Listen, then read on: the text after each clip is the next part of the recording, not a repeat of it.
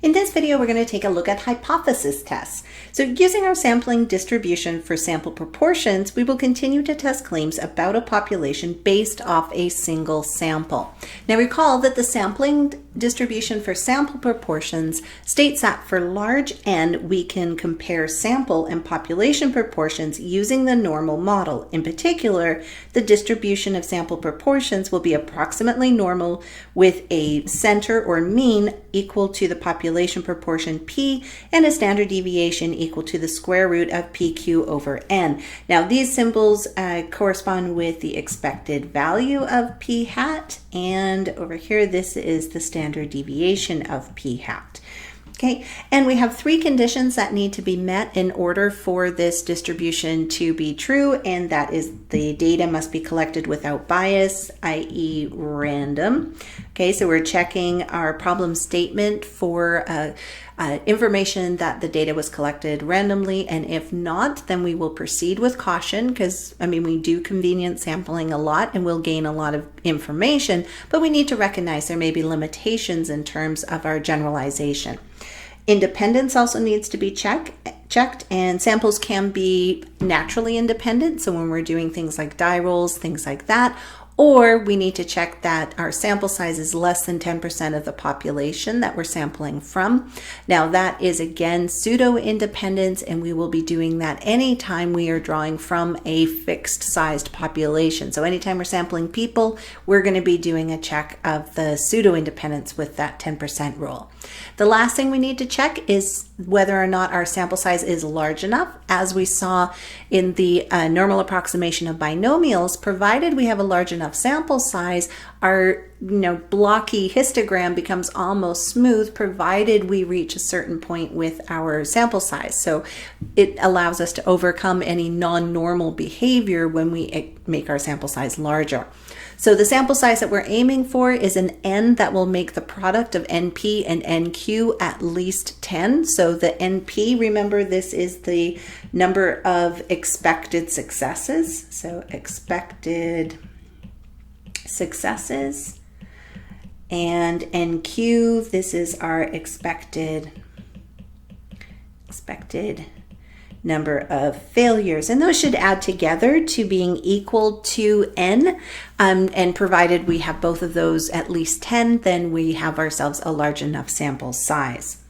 Okay, so here's a quick example. A local newspaper claims that 40% of PCC students drive to school.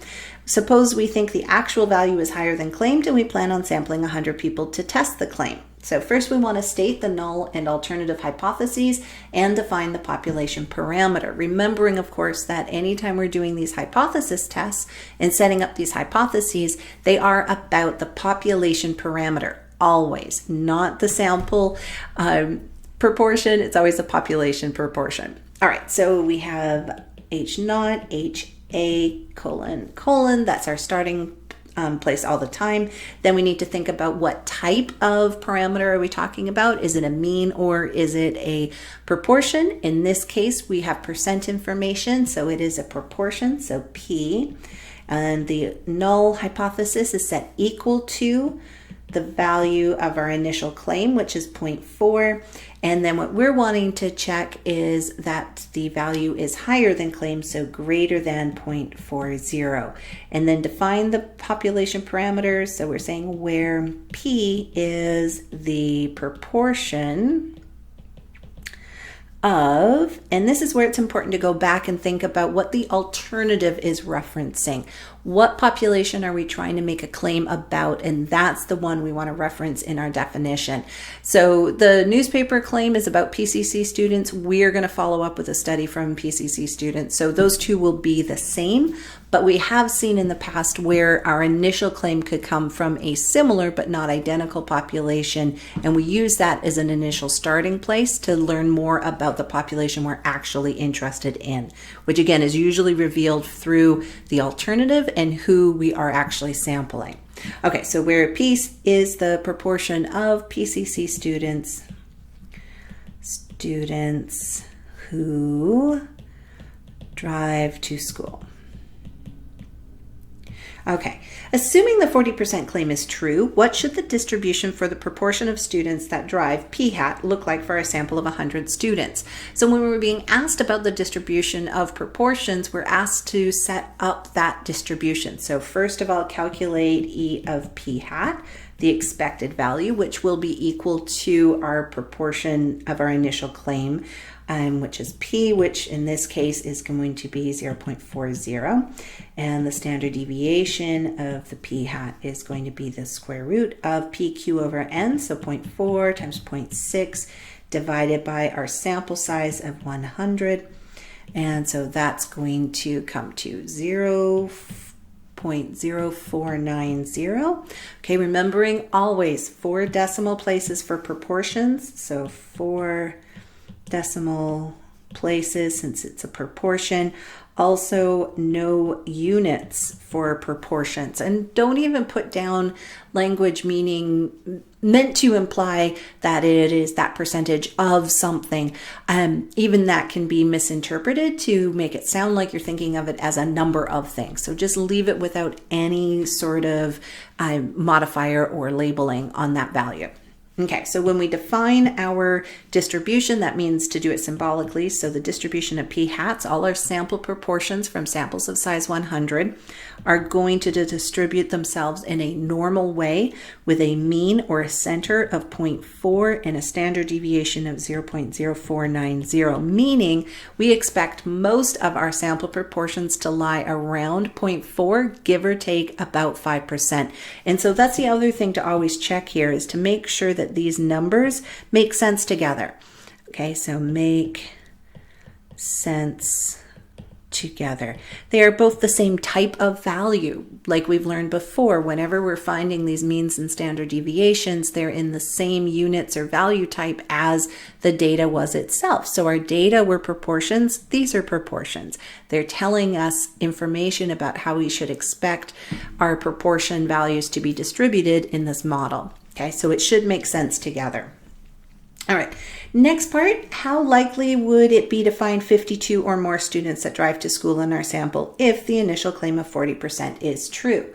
Okay, so here we are setting up a probability calculation, and that means we go through all of our motions of a normal model probability calculation. The thing we're going to need first here is to convert our 52 as a count into a proportion, because that's what our model is based on. So p hat is our sample proportion, and that is 52 out of 100 who drove to school, or 0.52. And yes, we want to keep that as a decimal all the time here, because all of our quantities in our calculations, we're using decimals to 4 decimal places. So just stay consistent across the board at this point with how you are referencing those values. So don't worry about fractions or percents in any of our calculation work, just the decimals to 4 decimal places. So this is the normal model with 0.4 and 0.0490. Again, 4 decimal places. There's our center, and our bound of 0.52 lies to the right. Again, not worrying about being fully accurate to its position relative to our scale. More importantly, just to the left or to the right, so that we can have an idea of our shading. And so this is 52 or more, so we're shading to the right, and we do want to make sure to label that axis. And again, it's very important to start this off with the type of value it is. This isn't a count, this isn't just units, this is now proportions. And specifically, the proportion of PCC students who drive to school in n equals 100. Okay, and then we want to calculate our z-score. That'll give us an idea of the size of that shaded area to get a good reference for what our probability should end up being. Then we'll calculate the probability itself. So z is 0.52. That's our bound minus 0.4, our mean, divided by 0.0490, our standard deviations, out all those 4 decimal places. Okay, and that is going to be equal to 2.45. Okay, and again, you can just glance at that 40% to 52%. That is like 12%, how many 5% go into that. So that's about the right amount there. And when we're 2.5 approximately standard deviations away from the mean and we're shading past that, that means we're going to have a very small amount of shading, right? More than 2 standard deviations. 2 standard deviations, we would have 2.5% left in that tail. We're even further than that into the tail. So we're going to be a pretty low percentage here. All right, and now we're going to calculate the probability. So the probability that p hat is greater than or equal to 0.52, and that is equivalent to probability that z is greater than or equal to 2.45. Remembering again, it is that z-score that we're going to take to GeoGebra in order to be consistent with our responses. It's not so much that using the p-hat value of 0.52 is wrong, but for our class, with our methods and the way that we're going to be doing our analysis of the results, we need to be consistent, and that will mean putting in your z-score into GeoGebra instead of that p-hat value. All right, and we're going to try GeoGebra again. I have switched browsers, so with any luck, we'll actually be able to get it to work. So GeoGebra Classic, probability. Okay, and again, when you bring up GeoGebra, it will automatically come up to the normal model. You will automatically have 0 and 1 as your mean and standard deviation, so the standard normal distribution that we're wanting. We are wanting to go greater than, and so we're shading to the right, and we want greater than a z-score of 2.45. So we'll back up and 2.45. And enter, and we're getting that small standard deviation that small probability that we were expecting. 0.0071 is what we're getting there. So our likelihood is pretty darn low. So there is about a 0.7% chance of there being 52 or more students that drive to school in a sample being 52, okay, of 100 students, if the initial claim is true. Claim is true. So we've made a slight adjustment here so far, in that we're adding this mention of our assumption that this null hypothesis, that 40%, is actually true. If that's true, this is how often we should expect this result. All right, and so then we want to think about, well, suppose we did get 52 students or more that drove to school. What would we conclude about the original claim? Does it seem reasonable then to make a claim that 40% of students drive to school when our sample came out with a result that is only going to happen 0.7% of the time, if that is the case? Or is it more likely that we should consider changing the proportion of students who drive to school, that p-value, to something greater, in which case our result would be coming out in a more expected amount of times, right? So that's what we're looking for here. So the outcome is unusual, right? We have z equal to 2.45, so it is unusual and is only happening less than 1% of the time, less than 1% of the time. So it seems that we have evidence to support that claim that students driving to school is happening more than 40% of the time, right? So it seems we have evidence that the proportion of PCC students who drive to school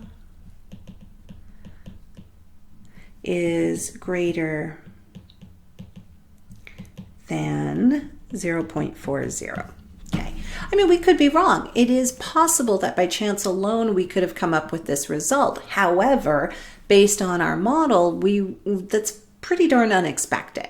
So it is more likely the fact that we should be changing our initial claim than it is for us to have gotten this result. Okay, and that is, in a nutshell, a hypothesis test. So we actually just conducted one, but we're going to start kind of cleaning it up a little bit now.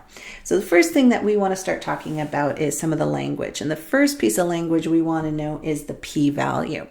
Okay, and the p-value is the likelihood, in other words, probability of the sample observation or more extreme if our null hypothesis is assumed true. So that is, we assume the original claim is true and then compare the sample statistic to that claim, or its likelihood of occurring given that claim is true. Okay, the language here, or more extreme, this is one of those cases where we're just trying to imagine a situation where if our particular bound was unusual, anything even further from that, more extreme than that, would also be unusual enough to use as evidence. So we're just kind of treating our single result as a initial measure to every other case that would also be considered unusual. So that's where the or more extreme language comes in. And we'll use that especially when we're doing some of our defining of p-values in our work. Okay, so the next one, let's take a look at this. We'll try and break it down a bit. And we've got two cases for p-values. Remembering p-value is the probability of our result or more extreme. Okay, so if the p-value is small, and remember, p-value is probability, which equivalently means area under the curve. Area under the curve, right? So p-value, area under the curve, it's our probability. So a small p-value, so something very small, so the probability came out small, we should think of it as like small p-value would be something like 0.0021 or 0.0001 or 0.0043 could be thought of as small at some point. So if we have our model that's being illustrated here, this would be our initial claim, right? This is our null proportion. And we would have gotten a p-hat that was unusual, right? Because we're shading in a more extreme direction and we're getting a small p-value, so a small shaded area past that, then our p-hat would have needed to be more than 2 standard deviations away, right? So that would be our p-hat. And let's say it was right here. So that means this shaded area over here, that is our p-value. Okay, so our z-score, again, is that distance that our sample proportion is from our claimed population proportion. So there's our z-score. It's going to be large, and the shaded area will be small because our sample proportion is far from our claimed center. So this is our sample proportion. Okay, so altogether, if the p-value, that probability that we calculate based on our sample result, is small, the sample result, or proportion, right, our p-hat in this case, or more extreme, is not likely to occur. Right? Low probability, small p-value, not likely to occur if the null is assumed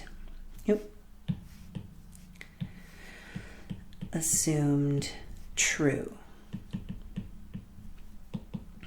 Okay, and we also want to note that our z-score will be large, right? So z-score will be large when your p-value is small. Okay, they're going to be running opposite of one another in that regard. So their sizes will be inverse. Okay, case 2, the p-value is large. Again, p-value, probability. Okay, so that is our probability. Probability is area under the curve. Under the curve. So again, here is our null proportion. So our population proportion that we're claiming. So this is our null proportion. So population proportion.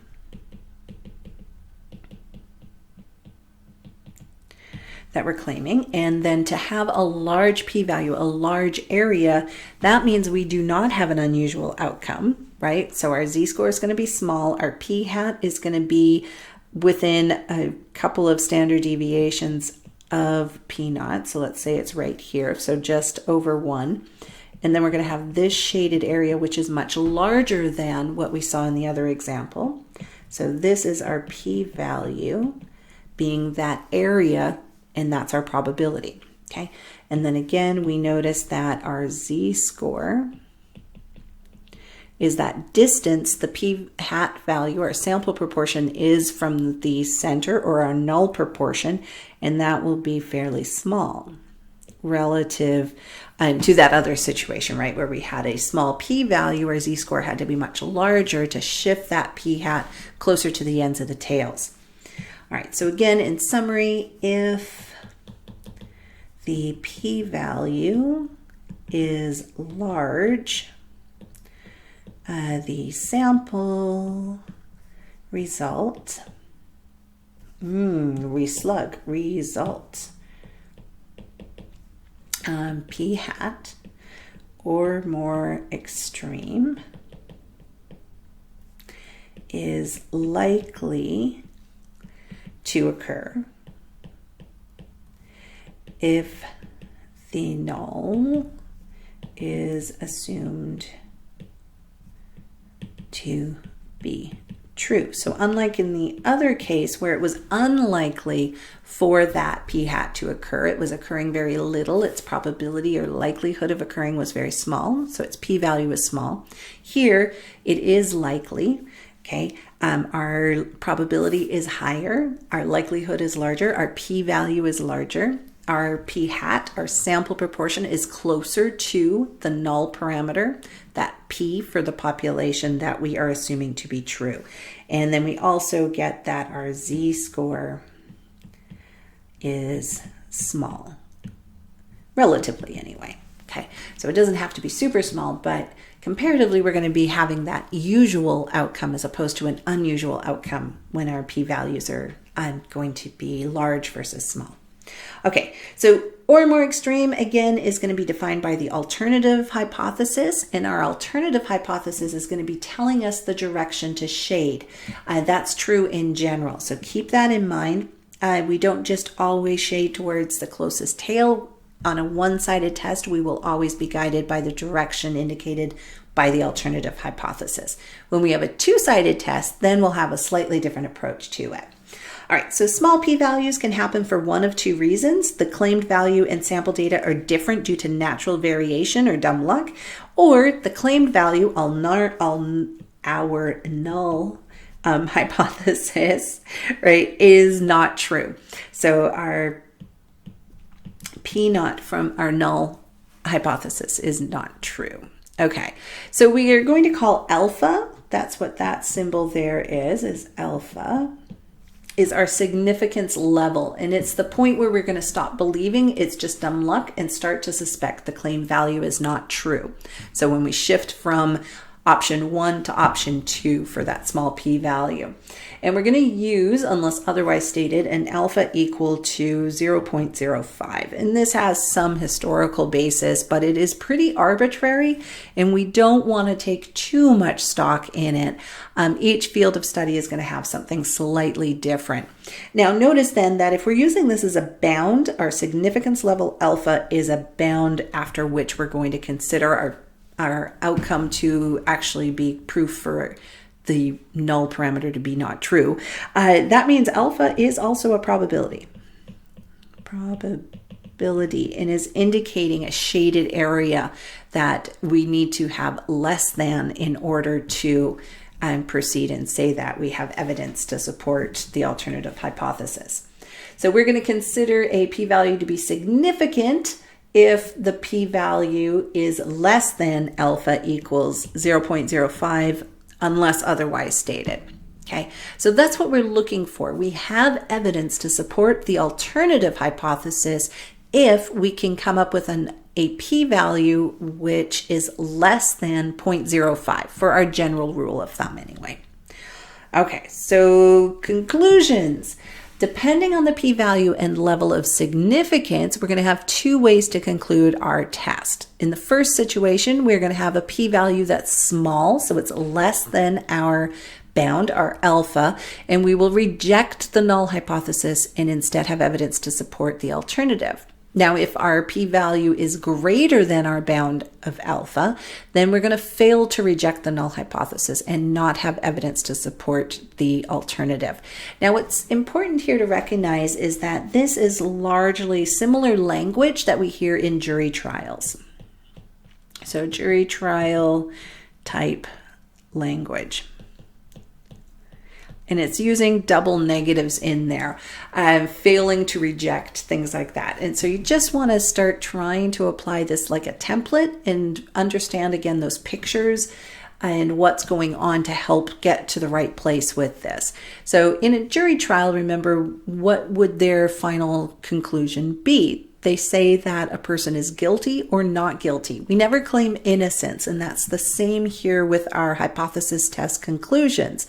We are going to either reject the null hypothesis or we're going to fail to reject the null hypothesis. It's never that we are actually going to accept the null hypothesis. We just simply haven't gathered enough evidence at this time. Just like in a jury trial, the prosecution hadn't gathered enough evidence to prove that somebody was guilty, right? So we go in with initial condition and then we need to prove it as being different. So like our alternative. All right, so keep that in mind, and we're going to get some practice with that here. I'll take a look at a few different scenarios and see if we can put all of this different information together. So Comcast has a 70% approval rating last year. They are testing if this year is better than last and found a p-value of 0.08. We want to state the null and alternative hypothesis and determine the conclusion. All right, so we just want to kind of put all this information together and understand it. We're going to have our null and alternative hypotheses, both of these about a population proportion P, and the initial claim was 70%, and they're testing if it is better. So we want approval ratings better, so more people approving, so greater than 0.7. Okay, the greater than is going to be indicating the direction of shading. Okay, and so that's going to help us appreciate where that 0.08 lies in our picture. And first of all, we should define our P. So where P is the proportion of customers who approve,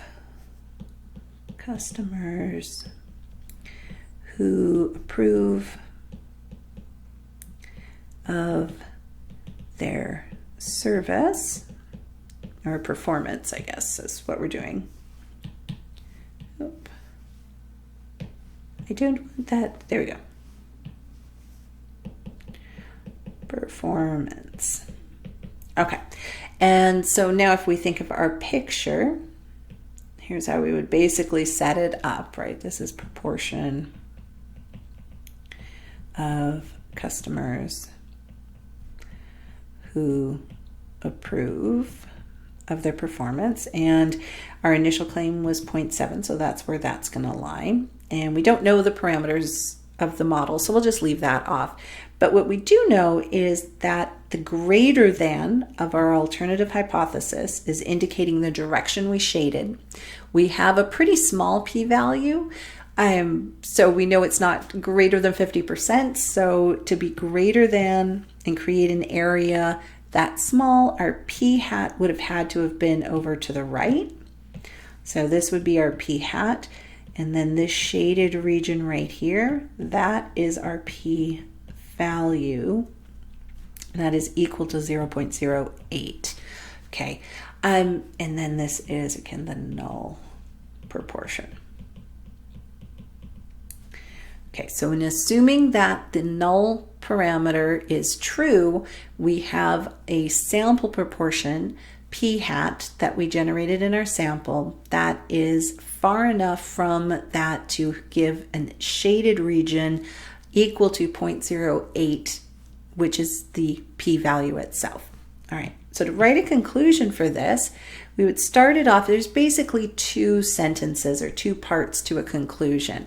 And we would want to say that since the p-value is greater than 0.05, we do what? Okay, so we want to go up to our conclusions. When the p-value is greater than or equal to alpha, we fail to reject H0 and do not have evidence to support H0.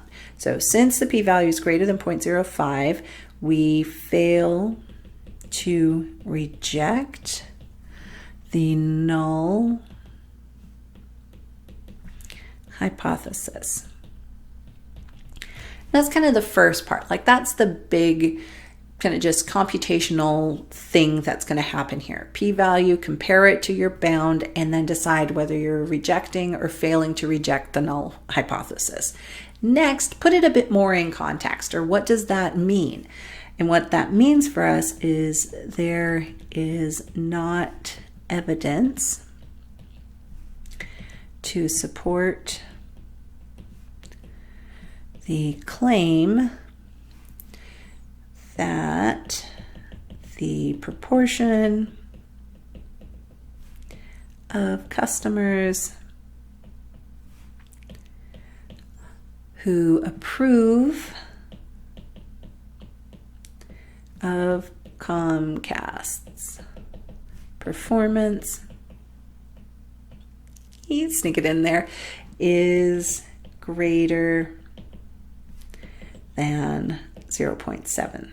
Okay, so what this is going over, first of all, the fact that there is not evidence to support our claim, our alternative. And the claim, from this point forward, this is just a restatement of our alternative hypothesis in words. Okay, so our alternative hypothesis reads that the proportion of, well, what is P? So proportion of customers who approve of their performance is greater than 0.07. Okay, and so you're just repeating that. Worst comes to worst, if you're having trouble with that phrasing, you can at the very least just say there isn't evidence to support the alternative hypothesis. That works too, but I would like you to aim towards being able to put it in context as well. All right, let's try another one a little more quickly here. We are testing a coin to see if it is fair. In particular, we think that the proportion of heads is less than what it should be. We find a p-value of 0.03, state our null and alternative hypothesis, and determine the conclusion. Okay, so again, null and alternative proportion. We think that flipping a coin, we should get 50-50 heads, so 0.05. And we're thinking that it is less than what it should be. So there's that, where P is the proportion of heads. Okay, and we'll just leave it at that. And then we want to write out our conclusion, but first let's again just try and coordinate all this information. We have our initial claim, our null parameter in the center. We would have needed a p hat because we have a p-value of 0.03. That's the area we are doing less than. So that p-value, as the area is less than 50%, so our p hat would have to lie to the left of 0.5. And then our shading would go towards that tail, and it is that region we've shaded that is our p-value equal to 0.03.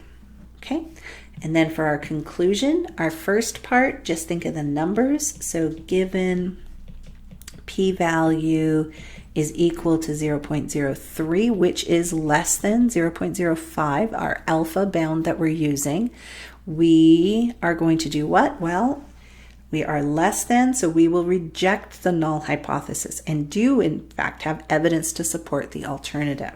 Okay, so we reject the null hypothesis And instead, there is evidence to support the claim, so our alternative that, and again, I'm going to read my statement that I've made for what P is, that the proportion of heads,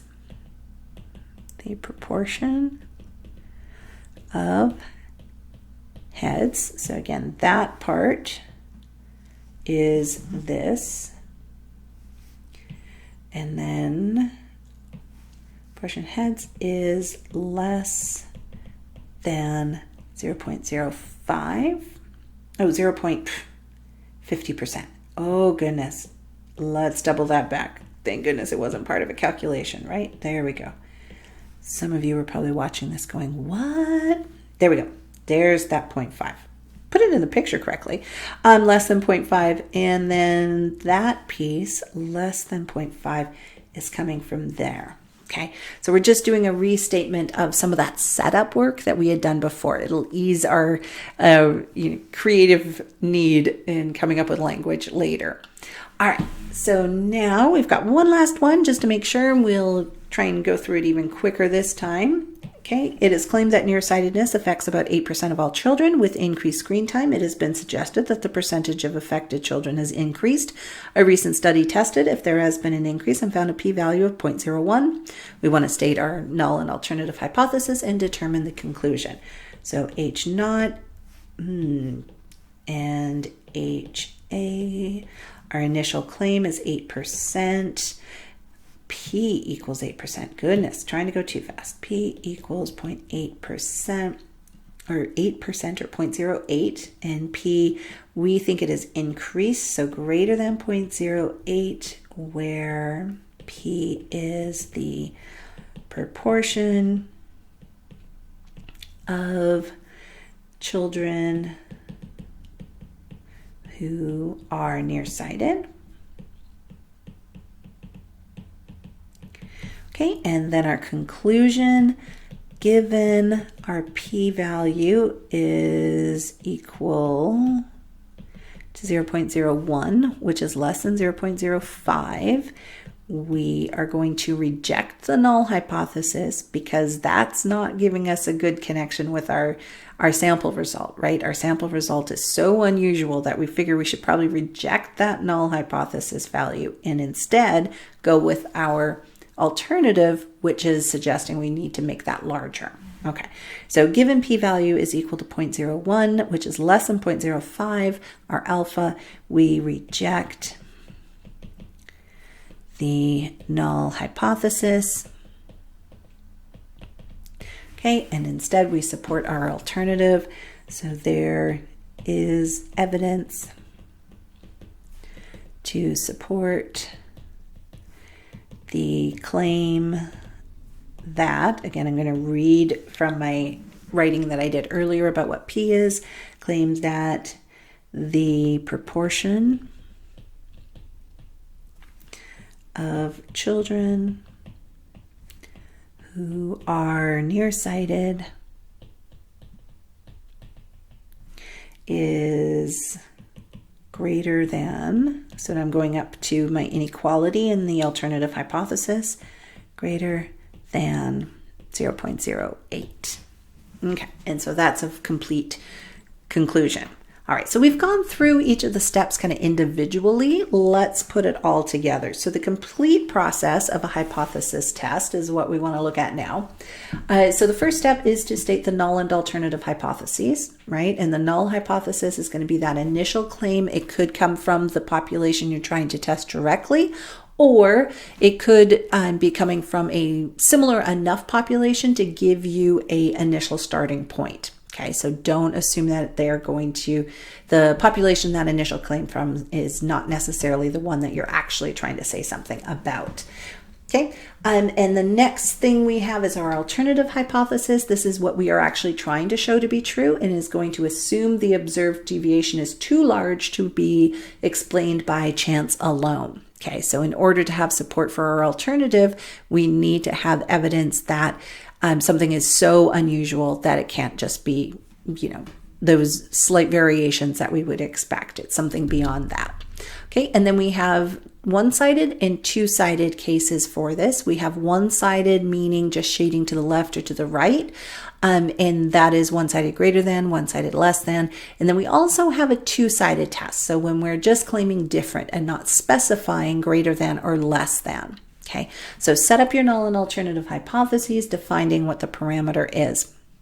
The next step is to create the model for the distribution, assuming the null hypothesis is true, and make sure that you're checking the conditions to be able to do that. Okay, condition checks can take a little bit of extra time, so you will be asked explicitly on any sort of assessment to give a check of those conditions. And if you don't see that made explicit, you won't have to do the check every time. But it is always helpful to just kind of think through whether or not it's reasonable to have met those conditions. Okay. And those three conditions, as usual, check for randomness. So looking at the statement to see if the sample was selected randomly. Check for independence. So either natural independence in case of coin flips, die rolls, or using the pseudo independence check, which is for checking that our sample size is less than 10% of the population that is being sampled from. Then we also want to make sure that our sample size is large enough that our normal, we've taken away any non-normal behavior from a smaller sample sizes behavior, right? We're looking at large enough sample sizes that we have consistent and normally behaved results. Right? And that's going to come from a check of NP and NQ, the expected number of successes, expected number of failures being at least 10 on both of them. So we must check and verify both products every time we're doing our condition check. Okay, and our third step is to calculate the p-value. P-value, again, is that probability of the observed statistic or more extreme given the null hypothesis is true. So we're going to use the model from our step 2 to calculate the likelihood of our sample data result or more extreme. Then the direction of more extreme is going to be given by the alternative hypothesis. So if our alternative was stating greater than, then we would shade greater than. If it was saying less than, then we would shade less than, regardless of where the actual sample proportion is. And we always are going to go by the alternative in deciding which direction to shade. Okay, this is always going to be a normal model probability calculation, so all of those 5 steps are going to be required, right? So doing the label shaded model, calculating your z-score, setting up your probability statements, finding the probability, and then writing some sort of conclusion. And then for the test itself, we're going to have our final conclusion. You just scroll down a bit. And our final conclusion is going to be that your p-value, if it is less than alpha, then we're going to reject the null hypothesis and do have evidence to support our alternative. Otherwise, if the p-value is greater than or equal to alpha, which could be 0.05 if it's not stated otherwise, or you will have some indication of what you're going to be using as a bound. And each industry has a slightly different take on what a reasonable bound should be. Okay, and then note that if you never have evidence to prove the null hypothesis is true. So just going back over that, we are never making claims about the null hypothesis. It's only about the alternative hypothesis. Right, so our evidence is never aimed at proving the null to be true. It is only ever to support an alternative. So just keep that in mind when we are looking at it. So let's take a look at an example. A recent Gallup poll reports that 19% of Americans identify as smokers. You think that this figure is lower in health-conscious Portland. In a sample of 300 Portlanders, you find 50 that identify as smokers. Does this result indicate that there are fewer smokers in Portland than the national figure would suggest? And we want to test the claim. All right, so our first step, remember, is to set up the null and alternative hypotheses and to state what the parameter is. So H0, HA, and our parameter type is proportion. So we've got P. The null hypothesis is set equal to what we're going to take as our initial value of that given from the national poll of 0.19. And we are wanting to show that there are fewer smokers, so less than 0.19 in Portland. So our value P, so we'll say where P is the proportion of Portlanders Portlanders who identify as smokers. Okay, and so again, we are looking at making a claim ultimately about people in Portland. So that's who our population needs to be referenced as, not the national poll that was conducted by Gallup. That was just providing us an initial starting value to compare with. All right, and our next step then is to check conditions. So check conditions, and the three conditions we need to check are random, and for that we're going to look for reference in the problem to a random sample being taken, and in this case it isn't stated anywhere that the sample was random, so we'll need to proceed with caution. So we just write not stated and proceed with caution. The next thing we need to check is independence. And in this case, we are taking a sample from the population of Portlanders, which is ultimately fixed. So we need to check our 10% condition to verify that we have at least pseudo-independence occurring. So n is equal to 300, which is definitely less than 10% of all Portlanders. Do be sure to include reference to your population in this verification. And then we also want to have our sample size large enough. So we want to check our sample size, and to do that, we need to make sure we have at least 10 successes and 10 failures expected with our null parameter. And that would be NP for the number of successes. That's going to be 300 times 0.19, and then NQ will be 300 times 0.81. Okay, and those will be 57 and 243 respectively. And we should note that those are going to add to our sample size of 300 since we only have two options, success and failure, because all of this is still based on our binomial distribution. And these are both greater than 10, so we can proceed at least with caution. So here, yes, we basically meet the conditions of a one proportion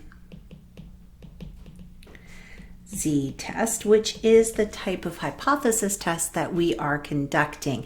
And in this case, we call it that because we are dealing with just one proportion, and we're going to be using as our test statistic that z-score when we're calculating probability and ultimately our p-value. So once we know that we've basically met the conditions, we are going to proceed with coming up with the parameters for our model, and our model is going to be normal, which we can use now based on having met those conditions. So we need to find our expected value for the distribution, so the mean, and that is equal to the population proportion, which we are taking to be the null parameter that we have claimed. Okay, and then standard deviation of p hat, that's the square root of pq over n, so 0.19 times 8.1 divided by the sample size, 300, and then that is equal to 0.0226. So then we have our model, which is just symbolically represented as p hat, and that is going to be approximately equal to a normal model that has as its center 0.19 and its standard deviation of 0.0226. And again, these are all in reference to proportions, so we should be taking them to 4 decimal places. There are no units, and we can convert those in our minds or to think about them in terms of percentages. So we're expecting most of our sample proportions to be around 19%, give or take about 2%. And so then those numbers together make sense for us. Now our next step is to calculate the p-value itself. So calculate p-value. Okay, and to do that, we're going to conduct our normal model probability calculation. And to start that off, we need to know our bound. And our bound is going to be based off of the results we got from our sample. And that's going to give us a p-hat. In our p-hat, we had 50 successes, so 50 people who identify as smokers out of our sample of 300. and that gives us a proportion as a decimal of 1.1667. Okay, 4 decimal places again here, or else we're going to have some differences in what we come up with for the z-scores and later the p-values. All right, once we have our bound, we can go ahead and show our model visually. And so that's 0.19 for our center, 0.0226. And there's our 0.19, and we are looking at 0.1667 as our bound. And what those numbers represent, these are the proportion of Portlanders who smoke in N equals 300. All right, now the direction we shade is given by the alternative hypothesis. So if we go back up, we see that we had a less than for our alternative. So that means we're going to shade in the less than direction, and that's the probability we're going to calculate. To perform the calculation, we need to first get our z-score. So z is going to be that 0.1667 that we calculated for our sample proportion minus 0.19 divided by 0.0226. And that gives us a z-score of negative 1.03. Negative since our proportion is less than the mean and not too far from it. So this is not unusual, not unusual. And so in this case, it's not unusual. It's going to have a reasonably good chance of occurring. Therefore, it's unlikely that we're going to reject the null hypothesis. So this suggests we will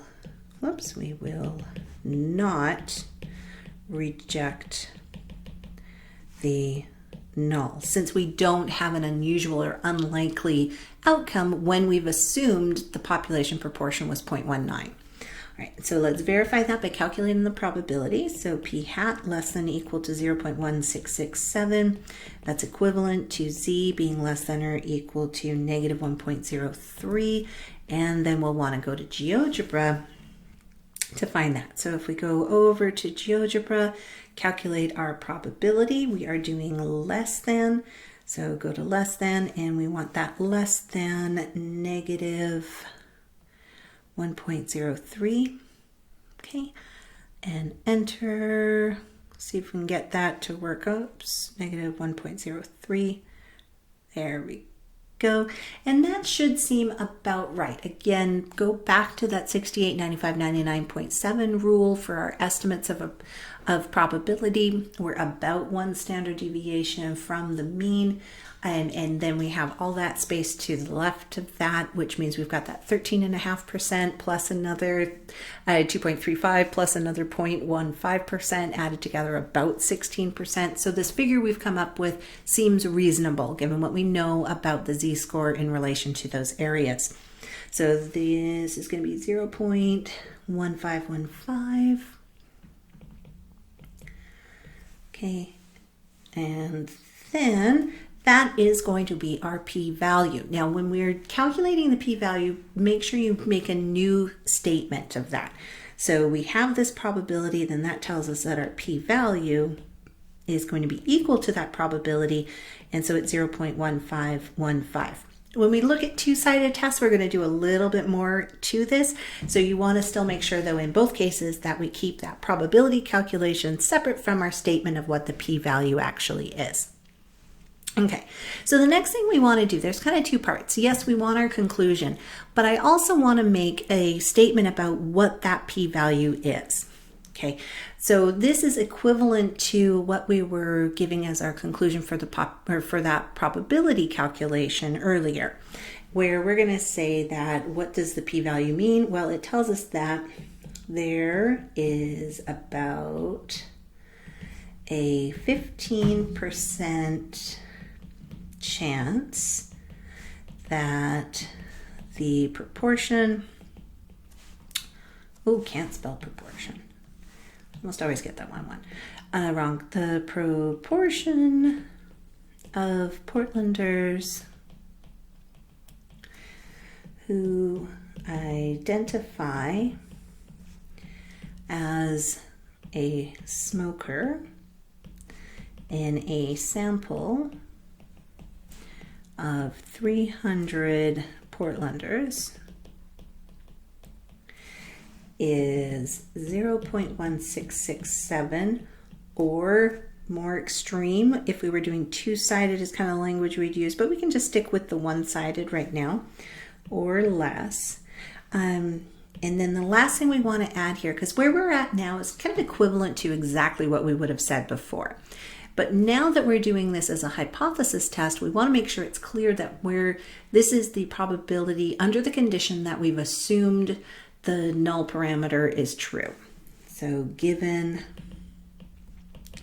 the null proportion or parameter is true. Okay, so that there is a statement about what the p-value is. So this is describing the p-value. And that is different from giving a conclusion to the test. As a conclusion to the test, we would say that given the p-value is equal to 0.1515, which is definitely greater than 0.05, we are not going to be rejecting the null hypothesis. We have no grounds for changing up what we're identifying as the true population proportion. Okay, so we fail to reject the null, and that is because we do not have evidence to support the claim that the proportion of Portlanders who, there we go, identify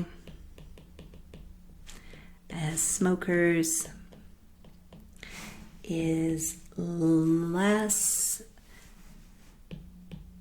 than 0.19. So again, all I'm doing here is just writing in words what my alternative hypothesis is, right? So my alternative hypothesis is that the proportion of Portlanders who smoke is less than 0.19. Okay, so that is it for the whole one-sided case example. Next, we want to take a look at what happens with a two-sided test. When we change from a one-sided test to a two-sided test, there's just a slight difference between them. So let's take a look at that. So in the one-sided test, remember we've got our null and alternative hypothesis. So one-sided is in reference to that alternative hypothesis. So in this case, let's say we had H0, HA, and then P would be equal to our null parameter, and then P, let's say, was less than. So we would expect to have our p hat over here. This is our null proportion, and then this shaded region to the less than direction, that's going to be our p value. And we just run through the calculation like usual. We could also have the greater than condition, so H0, HA, and then you'd have p equal to p naught, your null parameter, and then p could be greater than p naught, in which case you might have a p hat over here, and we would shade this way, and that would give us again our p value just directly from the calculation of that probability. It would equal that our p-value. Now there is also the possibility that we have claimed a particular direction when that hasn't been what our test result actually came out to being. So we could have p naught, and let's say we were saying that h naught, we say that p was equal to p naught, and then HA, we would say that p is greater than p naught, and then let's say we actually got a test result that was less than, okay? And so then we'd be over here. We still need to shade in the direction given by the alternative hypothesis. So we would get this big old area. That would be our p-value in this case. So again, one-sided tests rely entirely on the direction specified in the alternative hypothesis to tell you which direction to shade, and therefore what we're going to have calculated for our probability, which will be equal to our p-value. Now the two-sided case, what happens here is that we will have a test statistic, right, that maybe it's over here. So here's our p hat, and regardless, right, we don't have that direction indicated anymore in our alternative hypothesis, because we would have h naught, ha, p equal to p naught, and then we would have p not equal to p naught. Right? And so we may have our p hat from our sample that is less than p naught, and we would go ahead and we would still calculate that probability, right? So our first step is still to just shade in the direction of the closest tail based on our sample proportion. So shade in the direction of the closest tail, and then we're going to calculate the probability based on the one side of shading.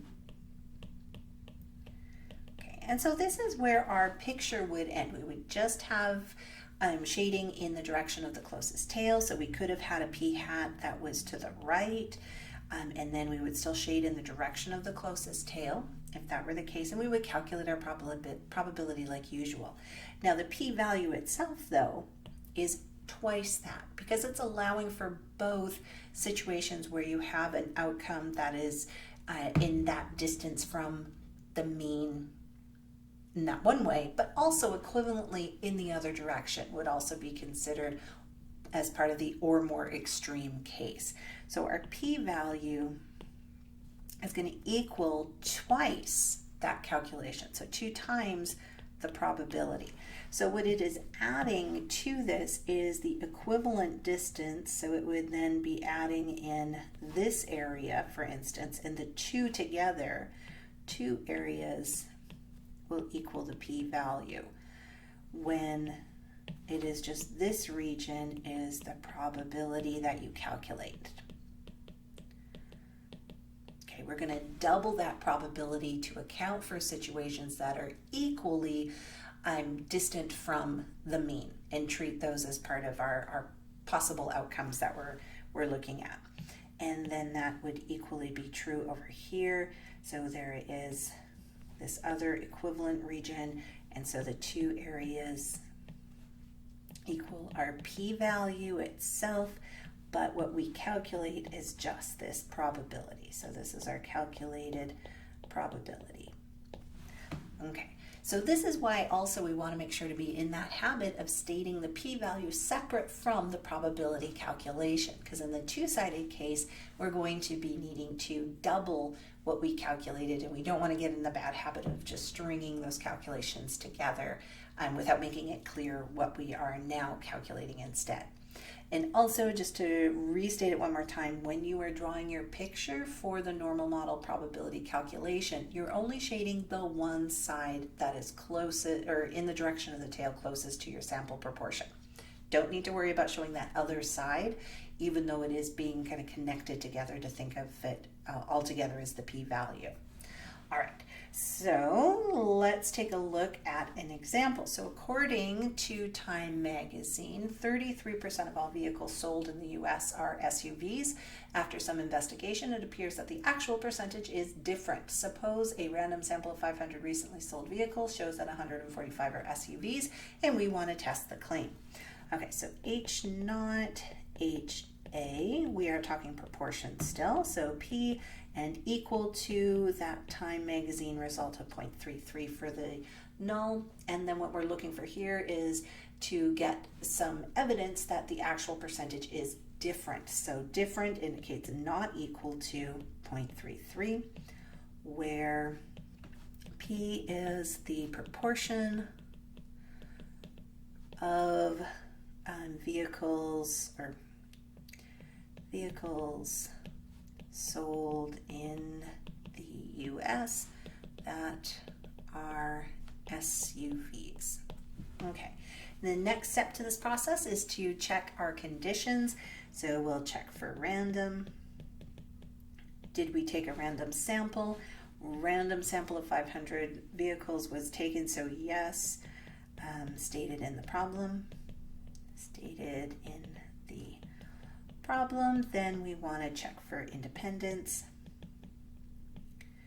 And this is still taking a subset out of a fixed population, so we're going to check for pseudo-independence. So n equal to 500, that is definitely less than 10% of all vehicles sold in the US. And then we want to check that our sample size is large enough to approximate with a normal model. So we need to calculate NP, NQ, and verify that they are in fact each greater than 10. So we have 500 for N times 0.33 and 500 times Q, which is 0.66 or 67, sorry, 67, right? Okay, so 0.67 times 500, and that'll be 335, and 500 times 0.33 is 165. Those together should be adding to 500. Just do a quick verification, and that'll be helpful in convincing you that you did your calculations correctly. These are both greater than 10. So yes, we meet our conditions. Yes, we meet the conditions. That is of a 1 proportion z-test. Proportion z-test. So now we can calculate our parameters for the model. So we have the expected value of p hat will be equal to our null proportion of 0.33. And we have our standard deviation of p hat, which is equal to the square root of 0.33 times 0.67 all over our sample size of 500, and that is equal to 0.0210. And so together our model then will be, or our model of the distribution of proportions is approximately normal with a mean of 0.33 and a standard deviation of 0.0210. Okay, so we expect our sample proportions to be around 33%, give or take about 2%. Again, just make sure you go through it as a habit to stop at this point and make sure that all of those numbers make sense together. They should all be proportions, all to 4 decimal places, and can combine in a reasonable way. No whole numbers should be showing up here, or numbers over 1. All right, now we have our model. We can go ahead and start calculating the p-value. First, we're going to need our p hat for the scenario. We had 145 SUVs out of 500 vehicles sold, so that gives us a 0.29. And you can tack on those extra zeros, but it just comes to straight 29 for our proportion. And then we can draw our picture. So this is normal, 0.33 and 0.0210. There's our center. And our bound is 0.29, and then we have this labeled as the proportion of vehicles that are SUVs in N equals 500. Okay, and we're doing a 2-sided test, so we aren't told which direction to shade directly by the alternative. Instead, we're going to just shade in the direction of the closest tail and proceed from there. So our z-score calculation comes next, and so it's 0.29 minus 0.33, so our observation, our sample proportion minus mean divided by the standard deviation. We're finding how many standard deviations go into that difference. So 0.29 minus 0.33, and that's going to give us negative 1.90 altogether. Now this is not unusual. Not unusual. So we make note of that to recognize that it is kind of on the fence because we're a little bit close to the 2 standard deviations away. But our gut reaction here is not unusual, so we're probably not going to be rejecting the null hypothesis. We don't have a lot of evidence of this outcome being unusual enough to question the 33% as our population proportion. Okay, so we're going to go through and find the probability for that shaded region based on the sample. So that's going to be p hat less than equal to 0.29 Equivalently, z-score is less than or equal to negative 1.9, and through our GeoGebra calculation we get 0.0287. Now that's not our p-value, right? This is a two-sided test, so we need to take that probability and double it to get to our p-value. So p-value is equal to 2 times 0.0287, or equivalently 0.0574. Okay, so now we can go ahead and determine what our p-value means in context and also write our conclusion. So the p-value, what does that mean? Okay, so this tells us that there is about a 6% chance that the proportion, there we go, of vehicles that are SUVs, let me see, vehicles that are SUVs in, a sample of 500 is 0.29, and in this case we don't have a direction for the p-value, right? It's both directions, so it's really awkward to say in a sample of 500 is less than 0.29 and greater than the equivalent proportion above. That just all gets complicated, so instead we're just going to summarize that to be or more extreme. Is 0.29 or more extreme. And then we also want to tack on the fact that this is based on the assumption that the null parameter is true. So given the null parameter is true. Now, describing what the p-value means in context is not something you're always going to have to provide, but this is part of what will be required on your project, so it's good to have a couple extra examples of this on hand. Now, the conclusion to your hypothesis test is absolutely going to be necessary, so let's take a look at that. So given the p-value is equal to 0.0574, this is greater than 0.05, right? So we've skipped over that bound. We fail to reject the null hypothesis. Okay, and this means that we do not have evidence. So we do not have evidence to support the claim that the proportion of SUVs in the US is different from 0.33. So again, that last part is just a restatement of the alternative hypothesis in words rather than the symbolic method that, or the symbolic representation we give it in our initial statements.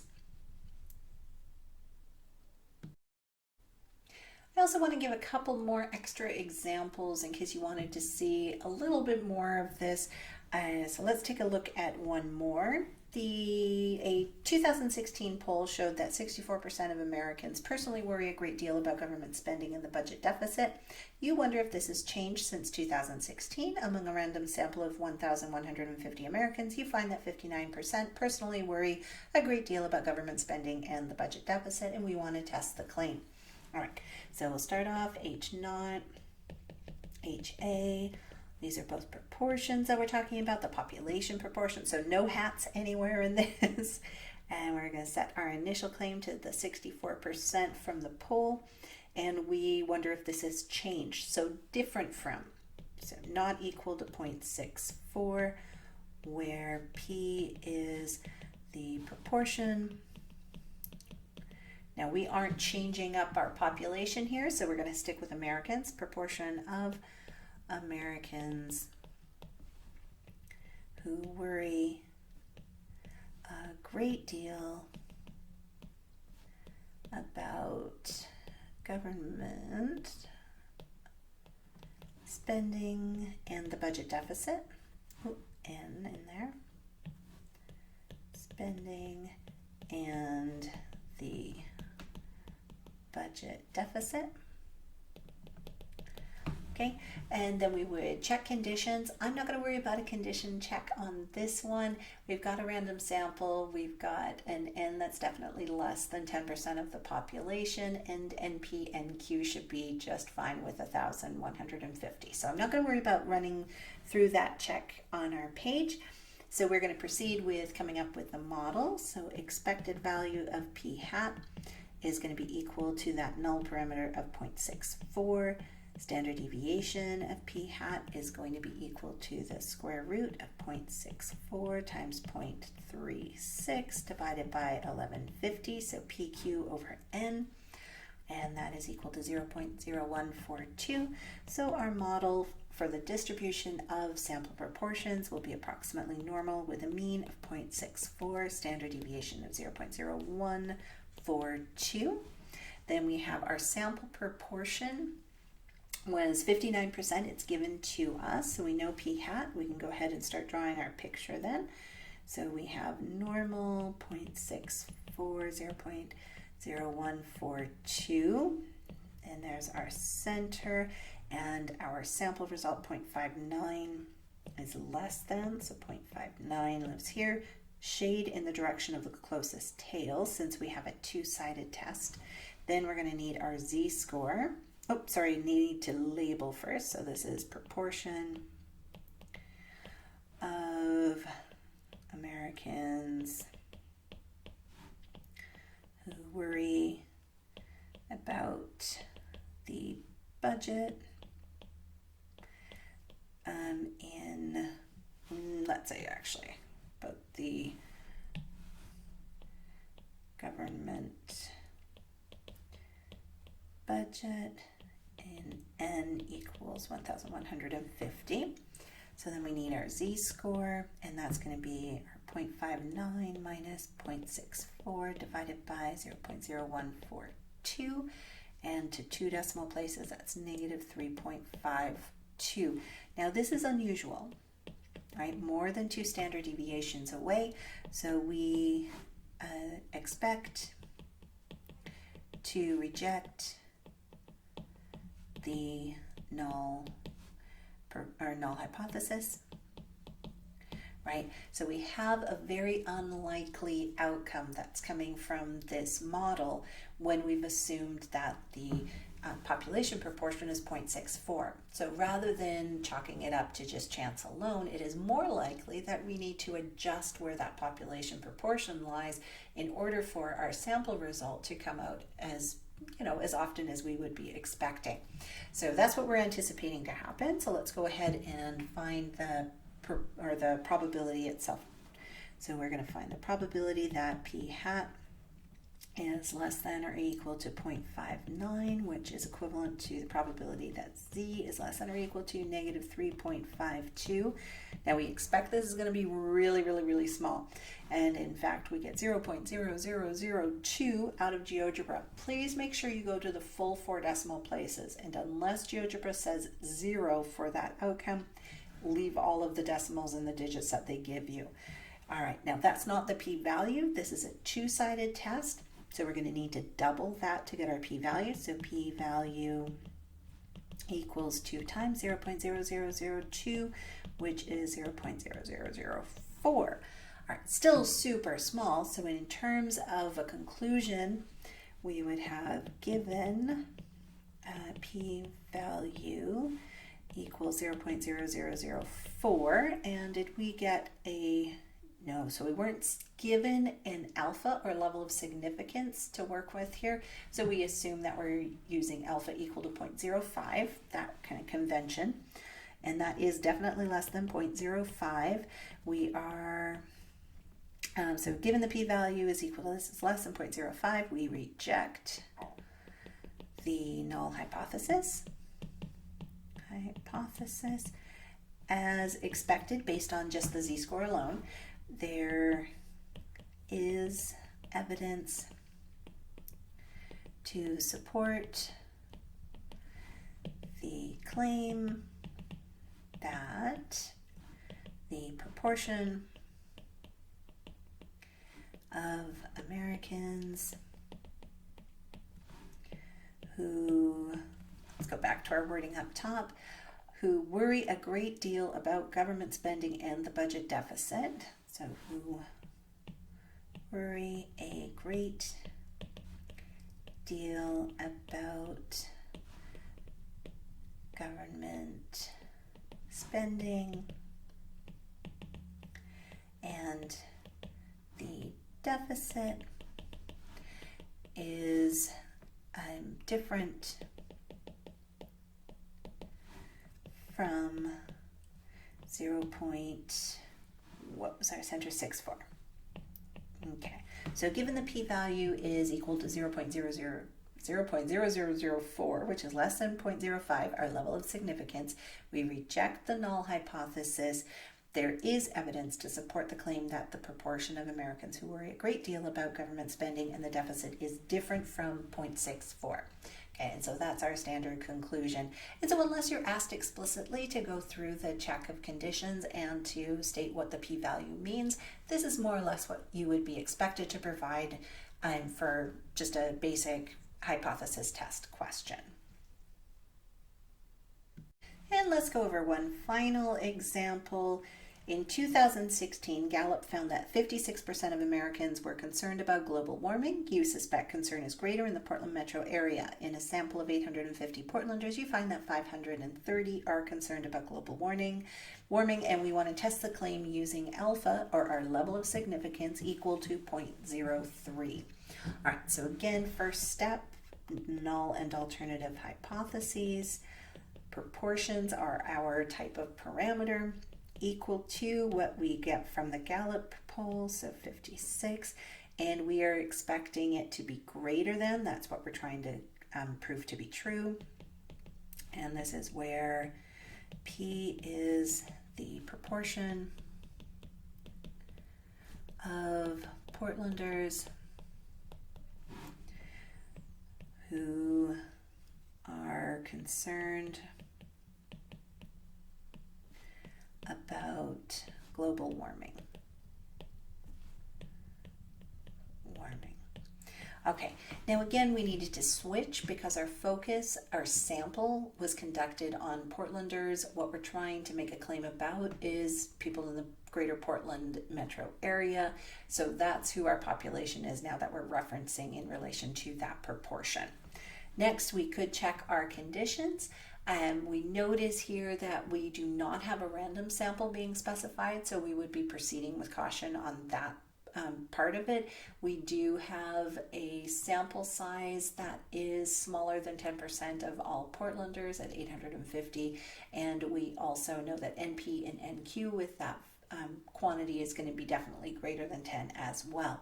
So we don't have to go through it all, but it is always good to just do a quick mental check even if you aren't asked about it explicitly. So yes, we would proceed with caution, but we basically have those conditions being met, so we can find the parameters for our null model, and that's going to be our first one is expected value of p hat, our mean, which is 0.56, standard deviation of p hat, that's going to be the square root of 0.56 times 0.44.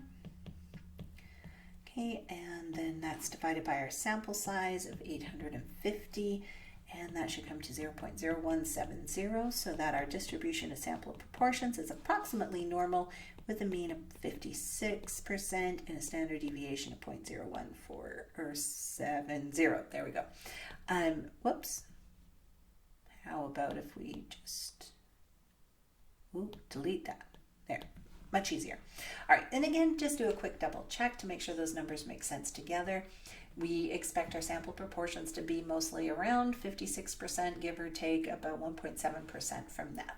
Okay, and then we can create our picture Or actually, in this case, we're going to need to calculate our p hat. First, we were given a count of successes of 530 out of 850 in our sample, and so that's going to give us a 0.6235. Again, 4 decimal places anytime we are calculating a proportion, whether it is our bound or it is our standard deviation or expected value, all of those 4 decimal places.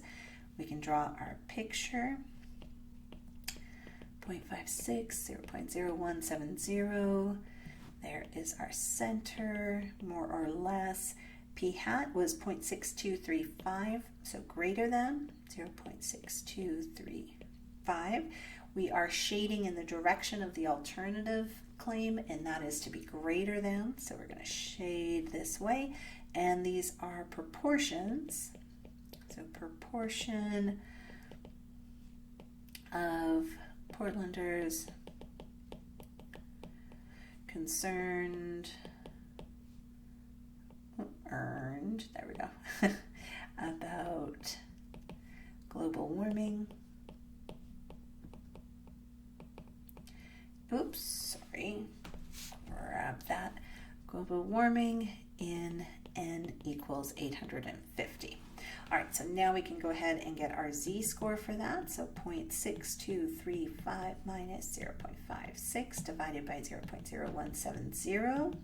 And our z-score is 3.74. Again, a big z-score, meaning that we have a small amount of area or a small probability that we're going to get from that one side. So this means it is unusual. Therefore, we will reject the null. And it is so unusual that we are pretty much certain at this point. When we're right around the 2 standard deviations from the mean, it will depend on whether you're doing a 1- or 2-sided test, whether you're going to end up rejecting or failing to reject. So you don't want to just go by your gut reaction from the z-score in those cases. But in this case, it is absolutely certain that we're going to reject the null hypothesis. But let's still go through the probability calculation. So we're going to find the probability of p hat being greater than or equal to 0.6235, which is equivalent to the probability that z is greater than or equal to 3.74. Again, this is so large when we go into GeoGebra, we're getting a very, very small amount, almost a 0 plus, but not quite. We do have 0.0001. This is a one-sided test, so there's no doubling needed. Our p-value is just equal to that probability we calculated, and our level of significance was 0.03, so we'll want to make sure to keep that in mind when we're writing up our conclusion.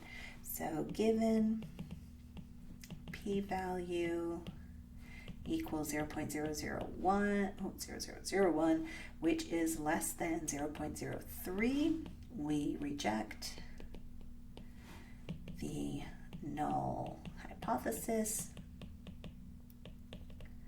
and there is evidence to support the claim that the proportion of Portlanders,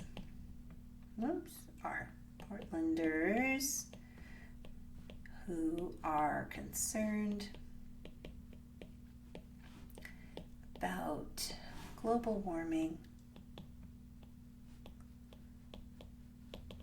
is greater than 0.56, so that null parameter that we had up there.